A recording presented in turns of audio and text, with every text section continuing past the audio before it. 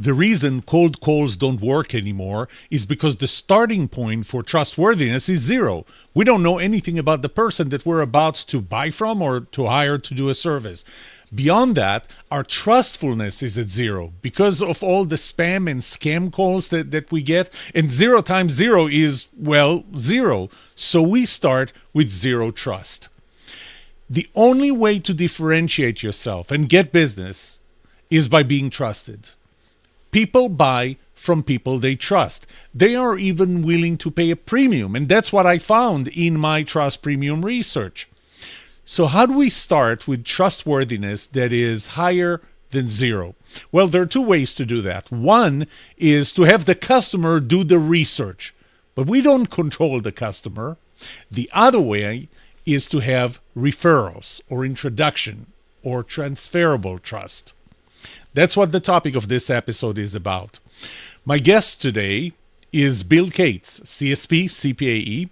Bill is the author of 3 books, Get More Referrals Now, Beyond Referrals, and Radical Relevance. He just released a new book, which we'll talk about today. Bill is the host of the Top Advisor podcast, currently ranked in the top 5% of podcasts globally. Bill's focus is on financial advisors and the financial industry, and we'll talk more about that as well.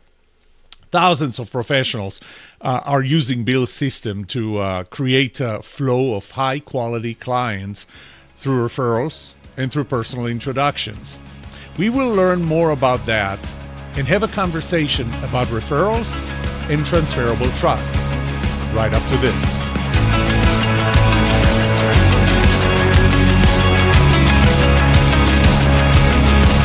Welcome to The Trust Show. I'm Yoram Solomon, your host, the author of the Book of Trust and facilitator of the Trust Habits Workshop. My mission is simple. I want to help you form habits that build your trustworthiness, because the answer to this question will have the biggest impact on your personal and professional success or failure. Can I trust you?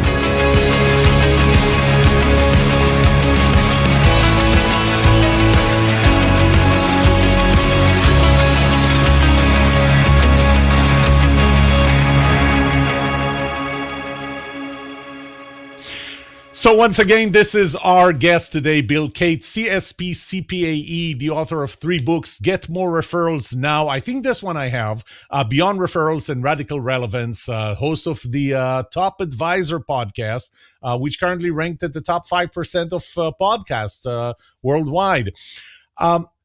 Now, I'll jump straight into, there's something in your bio that's kind of interesting, Bill. First of all, thank you for being here.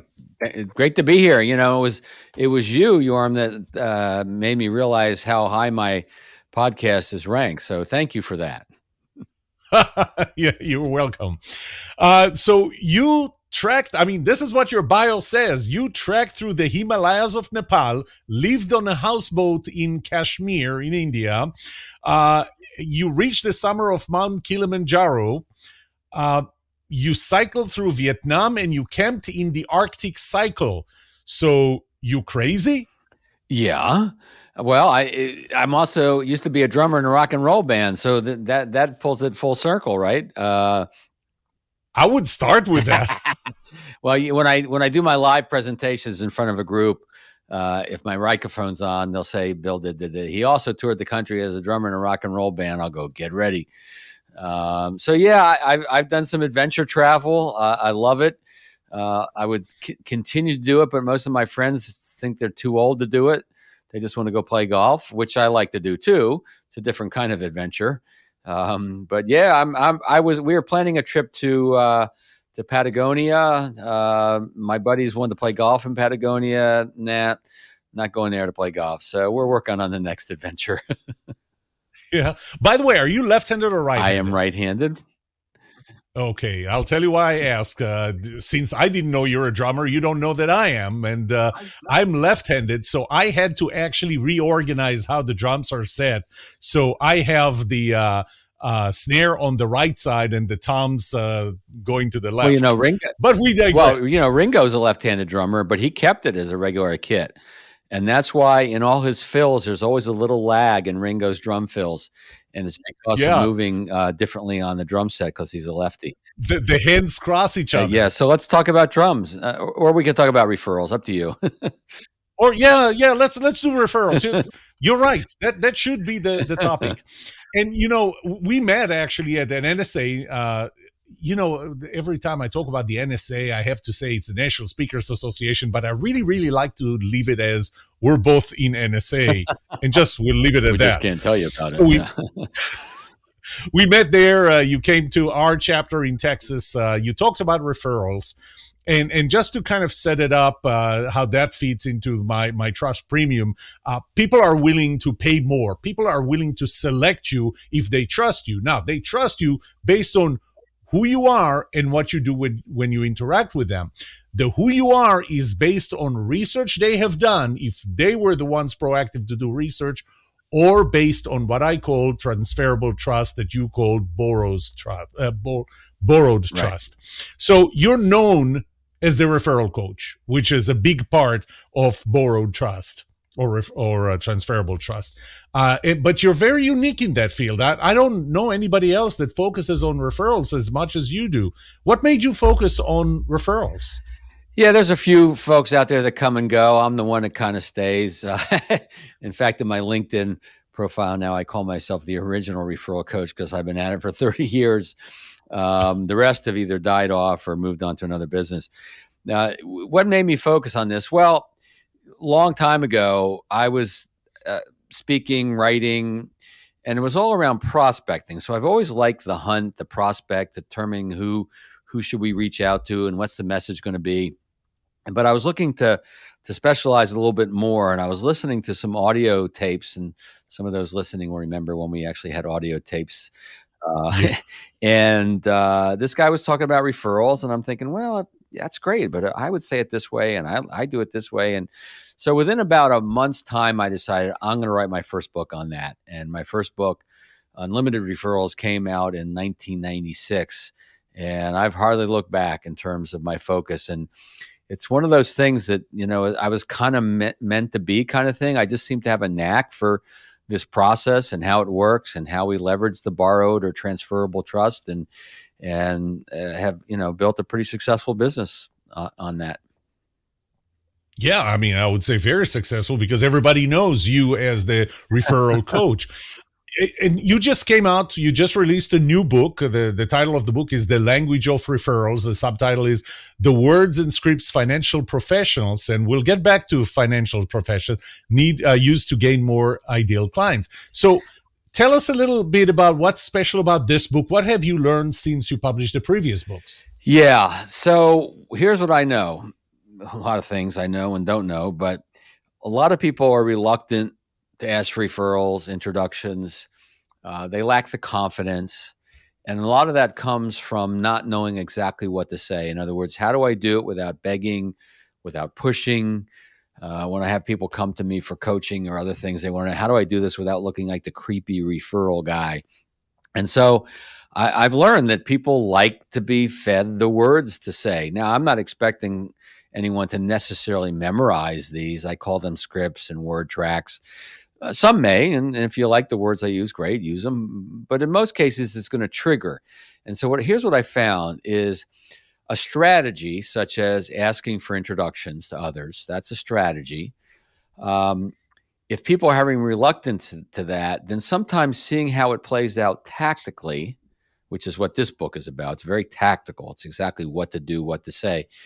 Then when they say, oh, I didn't realize I could say it that way, or I never thought about saying it that way or approaching it that way, then all of a sudden the strategy becomes available to them and they can see themselves and feel themselves doing it.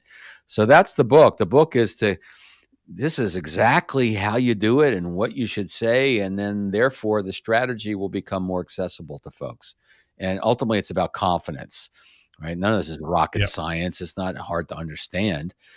It's just confidence. And people say I seem to have a knack for the verbiage around it. So I'm going with that. I think that sometimes the words, the tone of voice are very important in how you ask for it. I'm generally I'm against cold calling, but if you have to make a cold call, there's this one little thing that people just don't realize how important it is in the success of even a cold call, and that is to start with a question: is this a good time for you? And so I get it that people really sometimes need to know what words really do work and what don't. Um, what I call transferable trust, you call borrowed trust. I know what it means to me. What does it mean to you? Where do you see that fit Yeah, in? essentially, what's happening is you're borrowing the trust that exists between the referral source, the introducer, and the prospective client or the prospect, right? So the higher the level of trust and credibility between those two people, the more effective, the more power, if you will, that borrowed trust or transferable trust will have. If there's a lot of respect there, and credibility is important too. So in the financial services world, for instance, I may respect someone, I may like someone, I may trust someone, but when it comes to finances and their decisions they've made, if that's not credible to me, then that's that piece of trust that isn't transferable, or is not being borrowed, if you will. So it's got to hit in the right elements. But nonetheless, what happens is you borrow the trust. Laura says, talk to George, and so I say, hey, George, Laura recommended we talk, and I like Laura, I trust Laura, right? Unconsciously, she told me this about you, and I've learned this about you, and so what I'm doing is I'm leaning on that trust just long enough to earn my own trust. And sometimes the borrowed trust, the transferable trust, is enough to go all the way, right? If Yeah. Laura did it, that's good enough for me.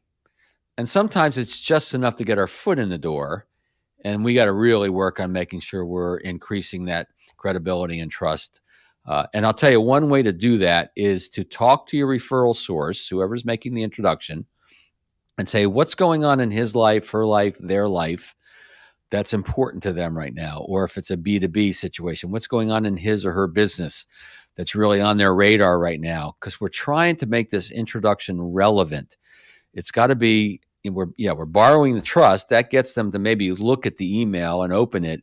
But if the message that our introducer conveys or that we follow up with isn't relevant to them, then the trust is starting to wane, or we're not building increasing the level of trust. Let's put it that way.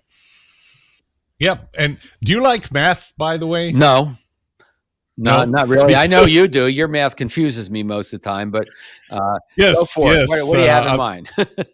I'm not putting the math formulas behind me, but to me, the what you said in a very qualitative way. If I turn it into quantitative, the level of trust that this customer that never met you has in you is the product of the trust that they have in me and the trust that I have in you.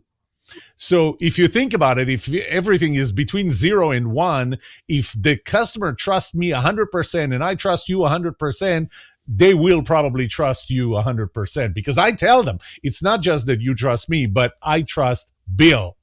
And when they see that I trust you 100%, they're going to go, well, I don't need to check anymore. Sometimes, you know how you get requests for referrals. I know that I do.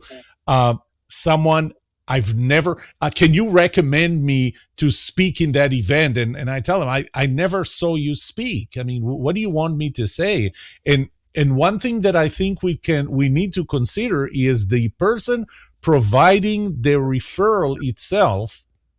How comfortable are they in making that recommendation? Because they're putting their own reputation on the line. Can you say something about Yeah, that? it's all about being referable. You have to be referable. If you're not referable, in this case, with the example you were giving, I've never seen you speak. I don't know what you speak about, or I know what you speak about, but I don't know how good you are. And I don't know how you work with clients. Are you arrogant? Are you easy to work with? I don't know. And so you're not referable yet. And so we have to become referable in the eyes of whomever we're asking for an introduction. And now, if it's a client and client has experienced our work and they see firsthand, then they see the value, then odds are we are referable. If it's a center of influence, if it's someone who hasn't actually experienced our work, just knows about our work, then that's takes usually a little bit more effort, a little more knowingness on their part to feel good about what we do and how we do it. So, for instance, financial advisors like to get referrals from accountants and attorneys. All right, they send referrals to that accountant or that attorney, and nothing comes back. And they're wondering, what's wrong with this person? I sent him a couple of referrals. Well, first of all, they were born without the reciprocity gene. So just because you send an accountant or an attorney doesn't mean they're going to do it. And it doesn't make you referable. It helps a little, but if they still don't know who you are, what you do, and how well you do it, and how you're going to treat their clients, you're still not referable, because their biggest fear is that somehow you're going to mess up their relationship. You're going to break that trust in that relationship. So you got to be referable. Otherwise, it's not happening. Yeah, and you actually touched on, over the years, I observed the 8 laws of trust. I didn't make them up; I observed them, and one of them, number 4, is the trust is asymmetrical, and you just touched on that. The fact that I trust you does not mean that you trust me. So referrals don't necessarily work in complete reciprocity. I may refer you because I saw you speak, but you haven't seen me speak. You may not feel comfortable referring me. Yeah. You used the word introduction in your answer before, and I know that you make a distinction between referrals and introductions. Is there a difference? What is it? Yes, there is a difference in my mind. So sometimes they call it the referred lead, and it goes like this. You're They call it the what? A referred lead. Referred lead. So I'd say, Laura, call George. Use my name. All right. So Laura, the advisor, calls George and uses Bill, and George is thinking, why did Bill give my name out to this person? Who is this? I don't know who this person is. What am I supposed to do with this? Right. So that just doesn't work like it used to work. People don't answer their phone. People are a little more skeptical about this sort of thing. So, because they're busy and who knows what else. So to me, the conversation around referrals isn't done until we've arranged for, negotiated, talked about an introduction, a connection.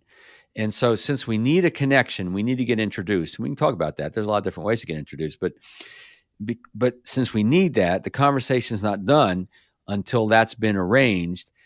We should use the word that represents what we really want.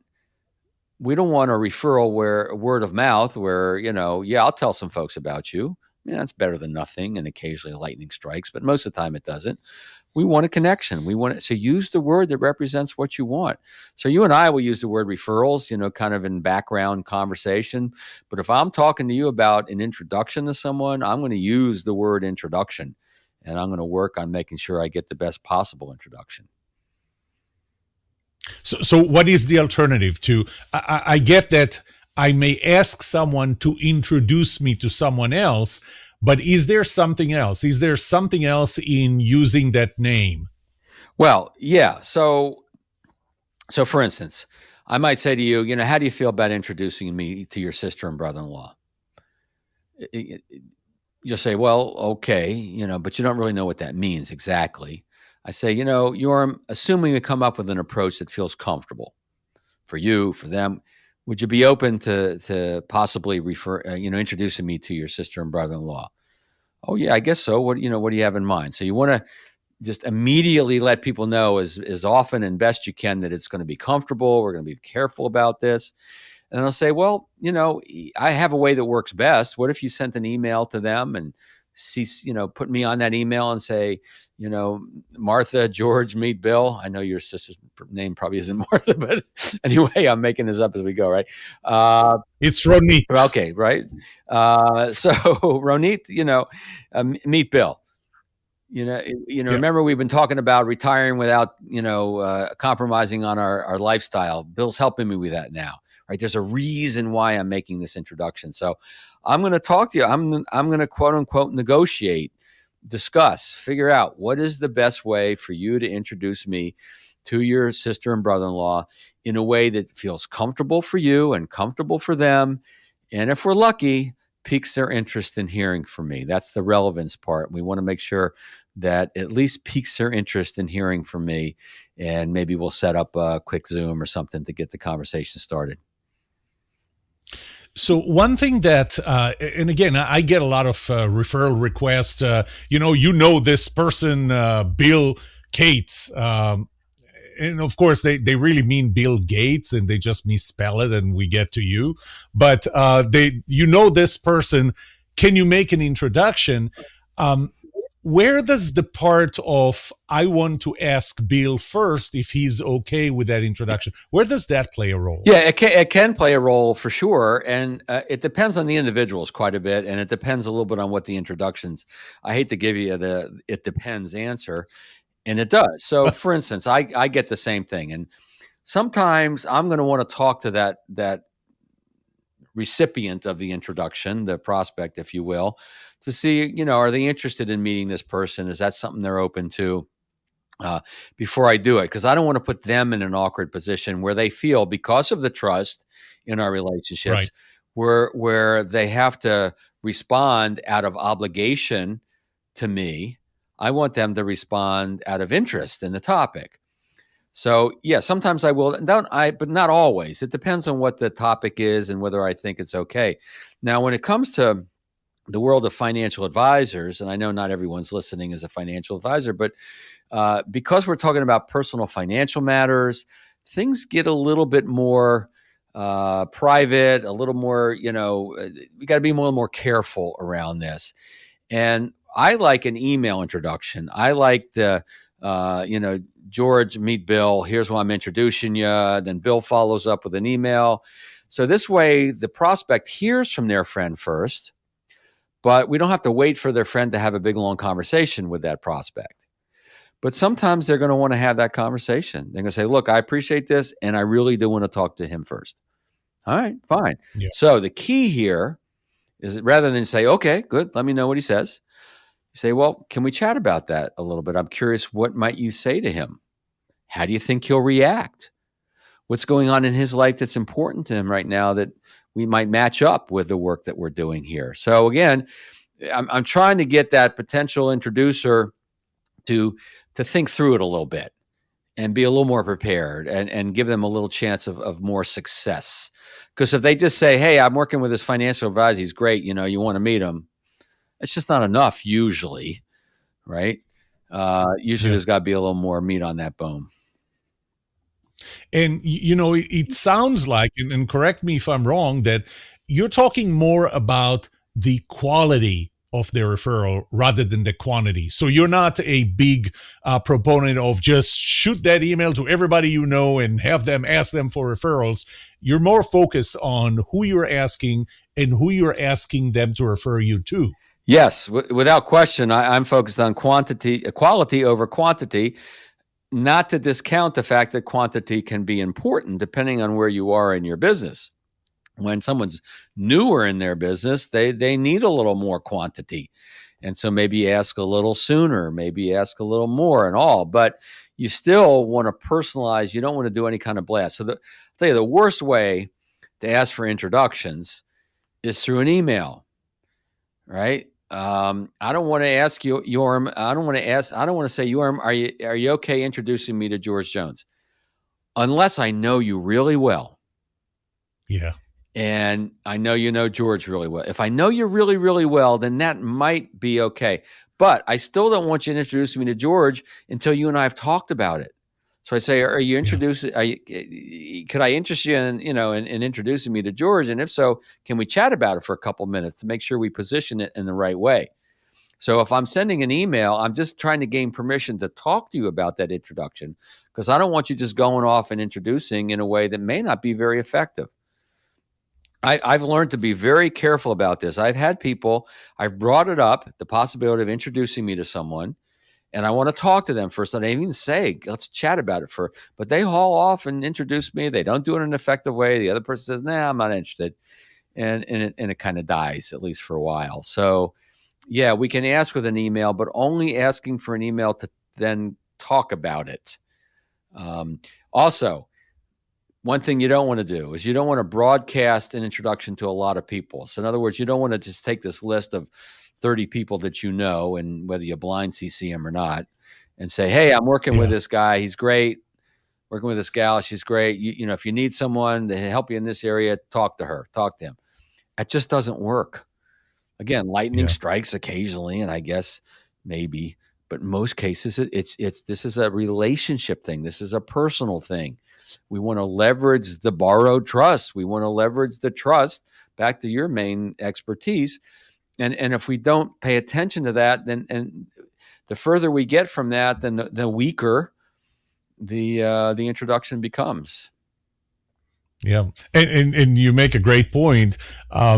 Part of my model, my relative trust model, is the component of intimacy, and intimacy varies from text messages, email messages, all the way to in person. And in person builds trust or accelerates building trust a lot faster than email. So you are focusing on quality and not quantity. Not to mention that if you focused on quantity, you're going to have to use math, and we know that you don't like math. Well, can I give you some math? You want some math? You want math? I'll give you some math.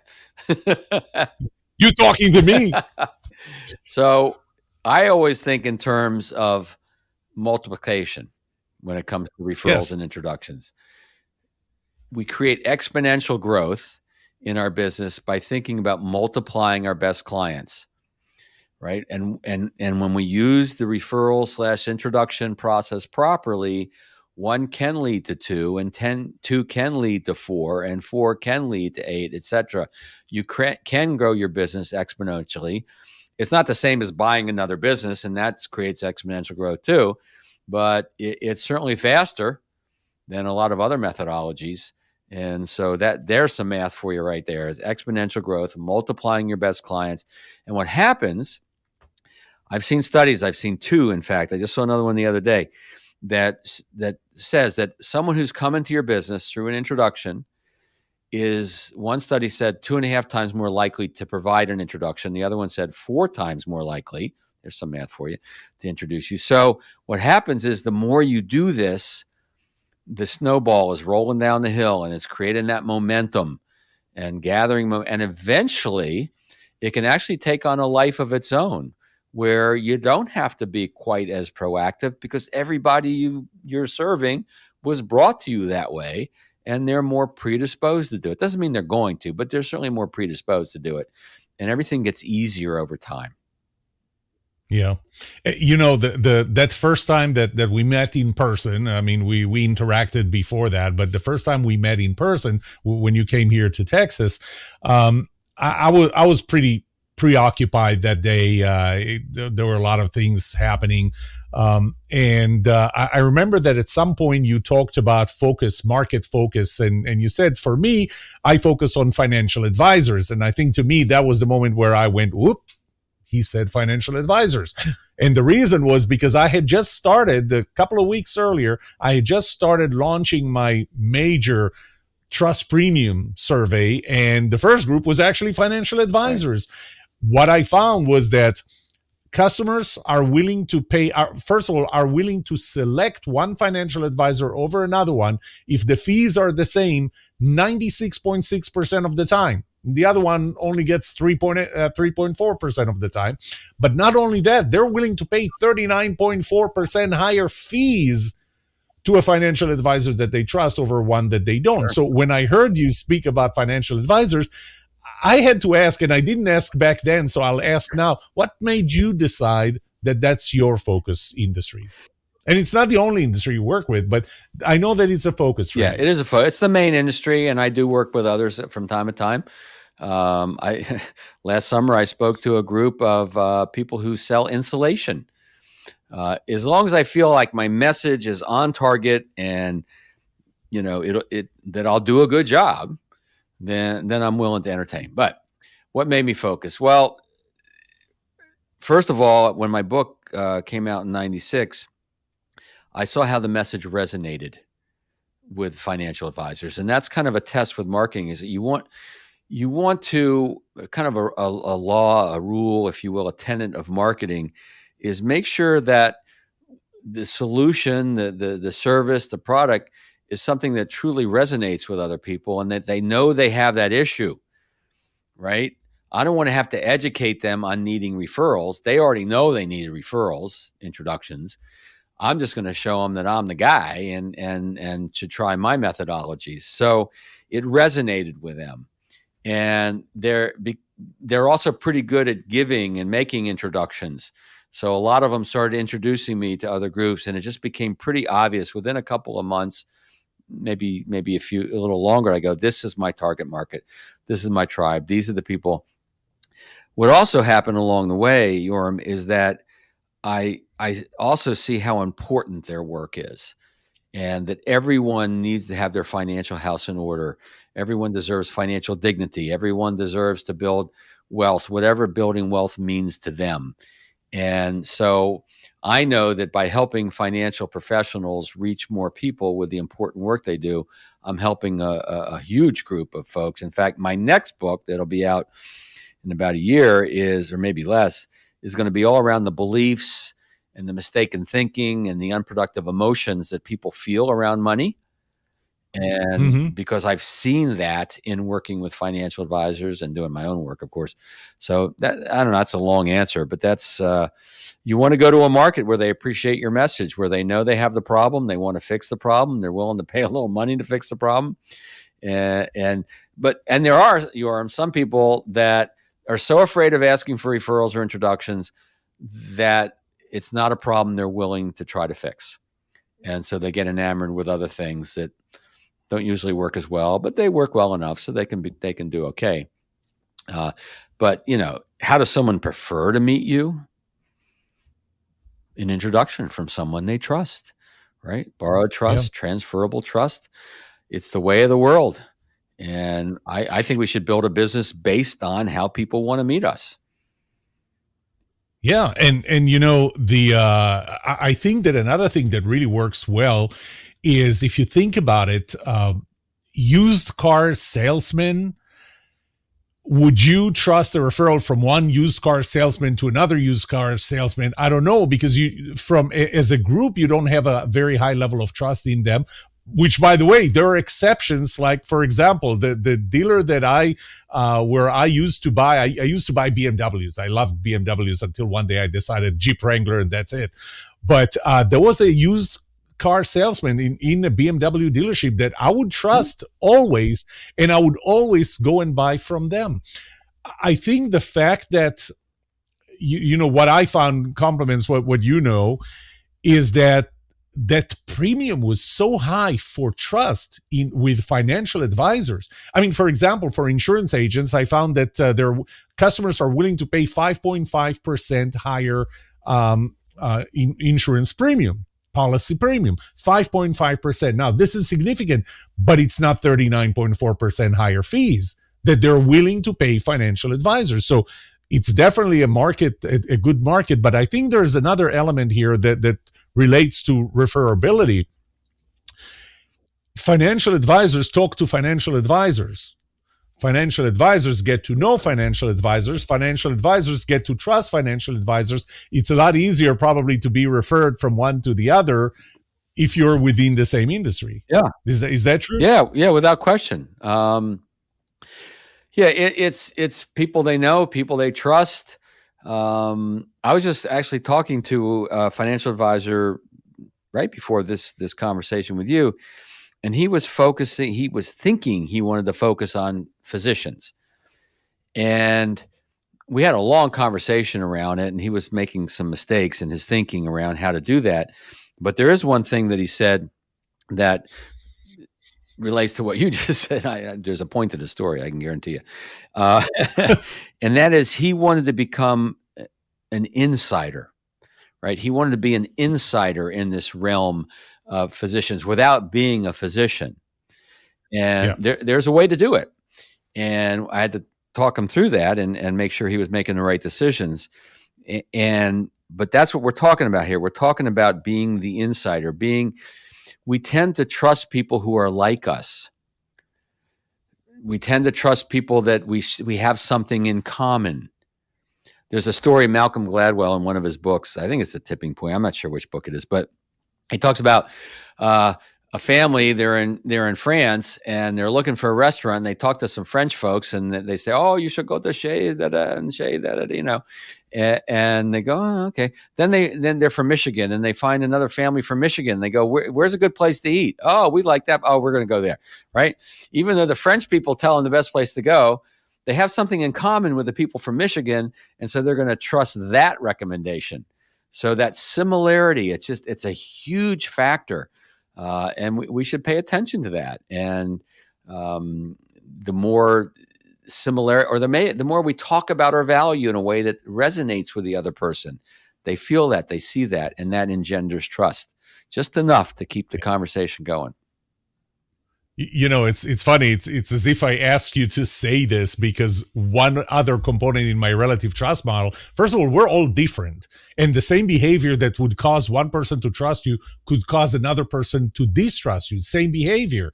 One of the major components is what I call personality compatibility, and one of the big parts in that component is shared values. The fact that we share values had, what I found in my research, you can cover your ears because it's going to have a mathematical number there, but or statistics, which is even worse than math.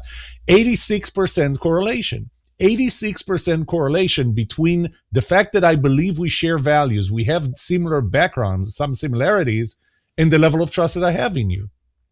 Yeah, I'm without question. I mean, that's the way it works. We all gravitate to people that are someone like us in some form or another.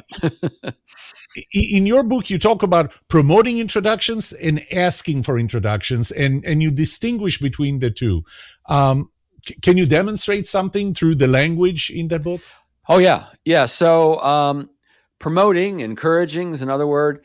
One thing I've been teaching for a long time is the title of one of my books. I didn't invent the phrase, but don't keep me a secret. Don't keep the work I do a secret. If someone says, "Hey, this is great, appreciate what you do," great. Don't keep it a secret. "Hey, Yoram, I just want to let you know I'm never too busy to see if I can be a resource for other people you care about." There are a lot of different ways to promote and encourage introductions and referrals, a lot of different ways. Those are a couple real quick, obvious ways. That's not the same as asking. Asking is, "Yoram, I was hoping we could put our heads together a little bit, see if we could identify a few folks that you think should at least be aware of the work I do. I actually have a couple ideas I'd like to run by people you mentioned in previous meetings. Can I run them by you, just see what you think?" Right. So coming with specific, I could say, "Yoram, I know Bob Jones," right? I'm using all these generic names. Assuming we come up with David Johnson. Thank you. Assume we come up with an approach that makes sense, feels comfortable. Would you be open to it? It's different. You're asking for specific introductions to specific people or categories of people versus promoting the idea or encouraging the idea. They both have their place. Encouraging, promoting can work. It can produce some results. What it often does is it foreshadows the possible ask. And so that when you do ask, it's not the first time it's come up in conversation.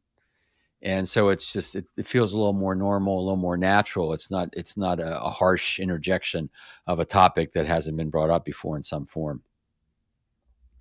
Yeah. In the book, the recent book, The Language of Referrals, you provided a formula of how advisors can talk to their clients who are reluctant to discuss introductions. Can you share the formula real quick? Yeah. So sometimes I call it objections. Sometimes they're not really outright objections. It's concerns. It's some reluctance. All right. So let's call it referral reluctance. So, and this formula, by the way, really works with just about anybody in your life who isn't doing something you would kind of like them to do. It could be a spouse, could be a child, except for teenagers. There's nothing that good, with teenagers, there's nothing a good solid reasoning won't aggravate further. But with everyone else in your life, so the first two steps kind of fall on the heels of each other. They're like very quick. So it's acknowledgement and then exploration. So if you say, "I don't give referrals. I don't like to do this thing." Say, "That's fine. I know some people don't. Can you tell me more? Have you had a bad experience?" The goal here is to understand the concern, objection, reluctance, whatever word you put to it, right? Because until you listen, until you understand a little bit further, you have not yet earned the right to share your perspective, which may be different from theirs. And it's going to feel harsh to them if you go, yeah, but if it wasn't for George introducing us, we wouldn't be doing it. Well, that may be right, but that's not going to help you, right? So first thing we do is listen. We listen to understand. We may have a way to reverse or shift their thinking. I call it reframe their thinking. And if we do, great. If we get a second objection, a second piece of resistance, they repeat the same piece of resistance, then it's time to back off. But we back off planting the seed, promoting. We back off with grace and professionalism. We don't say, okay, never mind, and walk away with our tail between our legs. Right? We say, that's fine. I just want you to know that I'm never too busy to see if I can be a resource for other people you care about. Fair enough? And you'll go, yeah, fair enough. And then we're done. And no harm, no foul. I've never seen anybody ever lose a client using this methodology. It doesn't happen. Some people will do it. Some people do it when you ask. Some people do it later.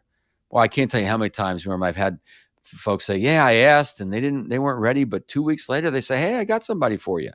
So the worst thing it does is it promotes or plants the seed. So, yeah. So what's left in the process? Getting introduced, right? Yeah. How about the sample? How about what? A sample of the language of introduction. Well, yeah. So there's different ways to do it. In the book, I give different samples, different ways, because I want the right way to resonate with you. But I may say something as simple as, let's talk about how you introduced me to your sister and brother-in-law. Let's come up with an approach that feels comfortable. And then I like to have a way that works the best for me. Right. So then I might say, and this is great verbiage, by the way, I've learned over the years, here's what I found works the best. And you go, oh, okay. Everybody wants to know what works the best, right? And in my case, it may be that email handshake, that email introduction. And I need to be prepared if that doesn't fit you, like if you want to talk to them first or you don't want to do an email. So I have my favorite way. Now, the best way to get introduced is in person. Right. You mentioned that a little bit. Right. The only thing I have to be careful about is letting the enthusiasm for the introduction to wane if the logistics of making that personal introduction just takes too much time to get them on the golf course or break bread together or whatever it may be. Right. Now, kind of a hybrid now that a lot of folks are doing. And if you have a client, it really is very willing to introduce you, and their friend, family member, colleague has some interest in meeting you, a 3-way Zoom is a great way to get introduced. It's not quite the same as in person, but it's better than just an email introduction, right? It's a little more personal. So that's a little hybrid between the in-person and the key here, really the most important thing here, Yoram, is to let this person, if I'm asking you for an introduction, to let you know that we need to arrange for the connection. We need to attend to how you're going to connect me with this person. Because if we don't, then, and I just leave you up to your own device, you may not do a particularly good job. You may not get to it all. You may have second thoughts. But if we talk about it and you feel comfortable with that, and we think through it just a little bit, more likely it's going to happen and it's going to be more effective because of that. Yeah. Well, before we wrap up, I do want to give a few details and how to reach you and so on. But before we get there, is there anything else that I did not ask you that I should have asked you about transferable trust, specifically to financial advisors or not specifically? Yeah, I think one of the things I talk about in the book, Language of Referrals, is the inner language. I start off with the mindset, our own talking, our self-talk. And a lot of people have a lot of unproductive self-talk or self-language around this, like asking for referrals is risky, or if I just serve my clients well enough, I'll get plenty. Now, we do have to serve them well, and that will certainly take care of some, but it's not going to create that exponential growth we're talking about. So first part of the book, I talk about the inner language. So I guess the teaching moment for now is just become aware of your thoughts, your assumptions, the stories you tell yourself around why this can't work or why it hasn't worked for you in the past. because we know it does work. Maybe how you did it didn't work. Maybe how you approached it didn't work, but it does work. So it's a matter of finding the right words, finding the right methodology. So that inner language is also very important. Yeah, and not only for financial advisors. Now, right now I'm holding up a dummy of the book. So now everyone is seeing on their screen 2 dummies, not you. Me and the dummy. Make it 3 dummies. 3 dummies if you want. That's up to you. But yeah, and I hope people will get it. I hope people will ask me questions because I love talking about this. I'm very accessible. Shoot me an email. What did you like? What didn't you like? What questions do you have? And we'll talk it through. Yeah. And so how do they learn more about you? How do they reach you? You have other tools that you provide financial advisors. I'm going to provide links in the podcast episode, but how do they learn about you from you? Sure. Thank you. A lot of free and valuable, I'd say free, but valuable resources. Referralcoach.com/resources. Referralcoach.com/resources. And the book itself, Language of Referrals, www.languageofreferrals.com takes you to the page for the book itself. Initially, we'll take pre-orders, and then when the book is available, you can order it there through Amazon, whatever. So thank you. And you have howtohandlereferrals.com, you have fearlessreferrals.com, kickstartprospecting.com. So you're like me, we're just buying domains. I actually I own the domains Anonymous. I used to own so many domains because I do a lot of redirects, and I want to use domains that are easy for people to remember, which is important marketing message for everybody listening. But I have been purging lately, Yoram. I have been weaning myself off of a lot of those domains that I'm just not going to use, or they're so specific. If I ever need it, no one else is going to be having it. I can go back and get it instead of paying for it. Well, Bill, thank you very much for being on our show today. Referral is a big part of transferable trust, which is a big part of establishing trust. Thank you for being with me. Hey, my pleasure. Thank you.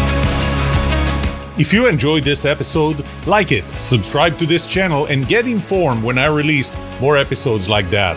And remember, the answer to this question will have the biggest impact on your personal and professional success or failure. Can you be trusted?